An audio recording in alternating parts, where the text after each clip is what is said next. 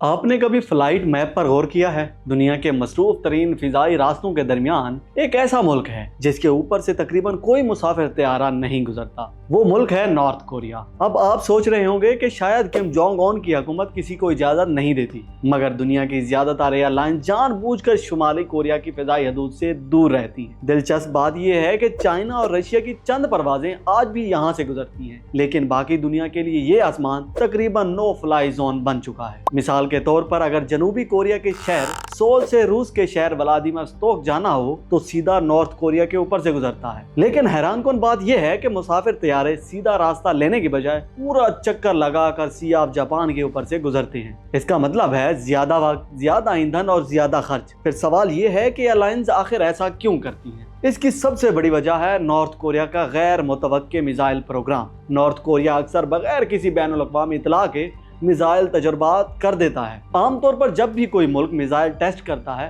تو وہ عالمی اداروں کو پہلے سے خبردار کرتا ہے تاکہ فضائی راستے تبدیل کیے جا سکیں، لیکن نارتھ کوریا وہ اکثر ایسا نہیں کرتا اور یہی چیز اسے انتہائی خطرناک بنا دیتی ہے۔ 2017 میں نارتھ کوریا نے ایسے بیلسٹک میزائل فائر کیے جو جاپان کے اوپر سے گزرتے ہوئے پیسیفک اوشن میں جا گرے۔ اسی وقت درجنوں مسافر طیارے بھی اسی فضائی علاقے میں موجود تھے۔ سوچیں، آسمان میں ایک میزائل اور ایک مسافر طیارے کے درمیان فرق کرنے کے لیے ریڈار کے پاس صرف چند سیکنڈز ہوتے ہیں۔ اگر معمولی سی بھی غلطی ہو جائے تو سینکڑوں زندگیاں چند لمحوں میں ختم ہو سکتی ہیں۔ اور پھر کم جونگ اون کی حکومت تو ویسے ہی ہر چیز کو اپنی خود مختاری پر حملہ سمجھتی ہے۔ ایسا ایک خطرناک واقعہ 2017 میں بھی تقریباً پیش آ چکا ہے، جب ایئر فرانس کی ایک فلائٹ جاپان سے پیرس جا رہی تھی۔ نارتھ کوریا کا میزائل اسی علاقے میں اس طیارے کے گزرنے کے صرف 10 منٹ بعد گرا، یعنی یہ حادثہ صرف چند منٹوں کے فرق سے ٹل گیا۔ ایک اور مسئلہ بھی ہے، نارتھ کوریا کا سول ایویشن سسٹم باقی دنیا سے تقریباً کٹا ہوا ہے۔ اگر کسی طیارے کو ہنگامی حالت میں وہاں لینڈ کرنا پڑے یا کمیونیکیشن کی ضرورت ہو تو وہاں کا انفراسٹرکچر عالمی معیار کے مطابق نہیں۔ اس کے ساتھ ساتھ ایک اور خطرہ بھی موجود ہے۔ شمالی کوریا کا دفاعی نظام انتہائی حساس ہے، کسی بھی غیر ملکی طیارے کو وہ خطرہ سمجھ کر نشانہ بھی بنا سکتے ہیں۔ اسی وجہ سے عالمی ہوائی بازی کی دنیا میں شمالی کوریا کی فضائی حدود کو ایک خاص نام دیا گیا ہے،